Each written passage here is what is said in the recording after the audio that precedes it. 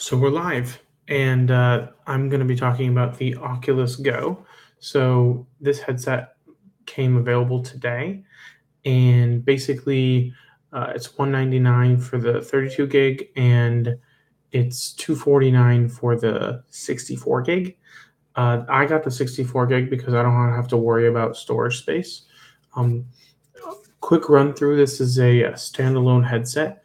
So what it's able to do is basically run all the applications on the headset itself with its own processor inside. I looked at some teardowns. Lucky Palmer did a teardown and posted it to Twitter. Basically, they have a heat pipe that runs along the front of the headset to cool it off so that it doesn't overheat. And if you can see that little light there, that means it's on. That's the power button right there. This is the volume. You've got a USB port over here and a headphone jack, so you don't have to use the external speakers, which are right here in the strap. They allow you to hear things without even headphones on. And then over here, you've got the actual lenses with the sensor right there. That sensor is so you can sense your face and see whether or not the headset's on your face. We've got a top, back, and a second back strap so that it's nice and tightly fitting on your head. I spent some time with it already, and I enjoyed it. It was good. My expectations were already kind of high because I had tried it at GDC and was impressed by the cross-platform games that I had played, which were Catan and Onshar VR, which is a space shooter game. And then here I already downloaded Next VR for video streaming, and I watched some Wimbledon tennis. And I also, what else did I do?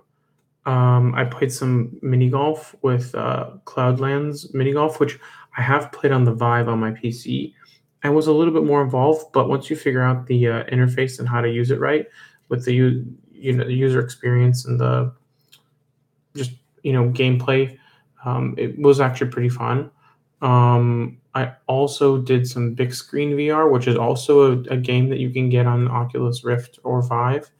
And it was cool because you're able to talk to people across platforms, so you weren't stuck with just a bunch of people with these headsets that got them today.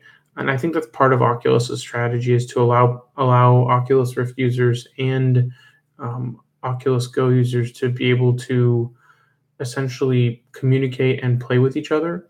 And that was part of the theme of what they were doing at GDC, because at GDC they were talking about cross-play platform, and they were showing Oculus Rift users playing with Go users in both Catan VR and Char VR.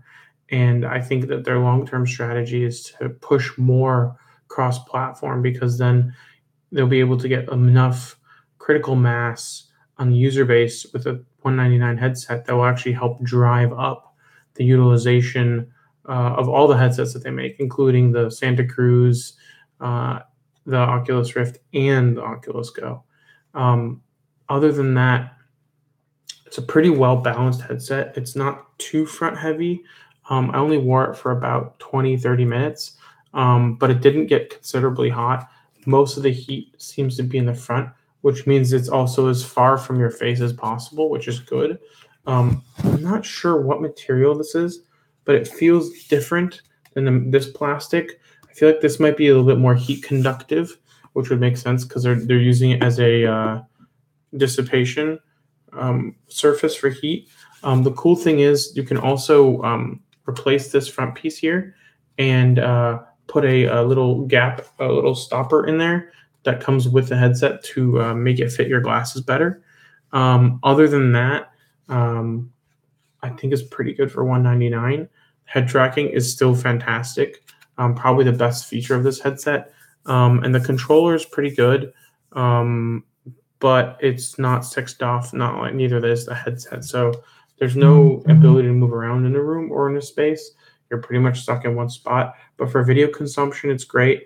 The one thing that was really impressive that I was excited about and I'm happy to see happen was the browser allowed me to go to youtube.com watch a YouTube video and stream it in 360 without having to install an application, which I think is a big deal because it makes the user experience a lot easier than having to download application and try and search for it on YouTube app and all that kind of crap.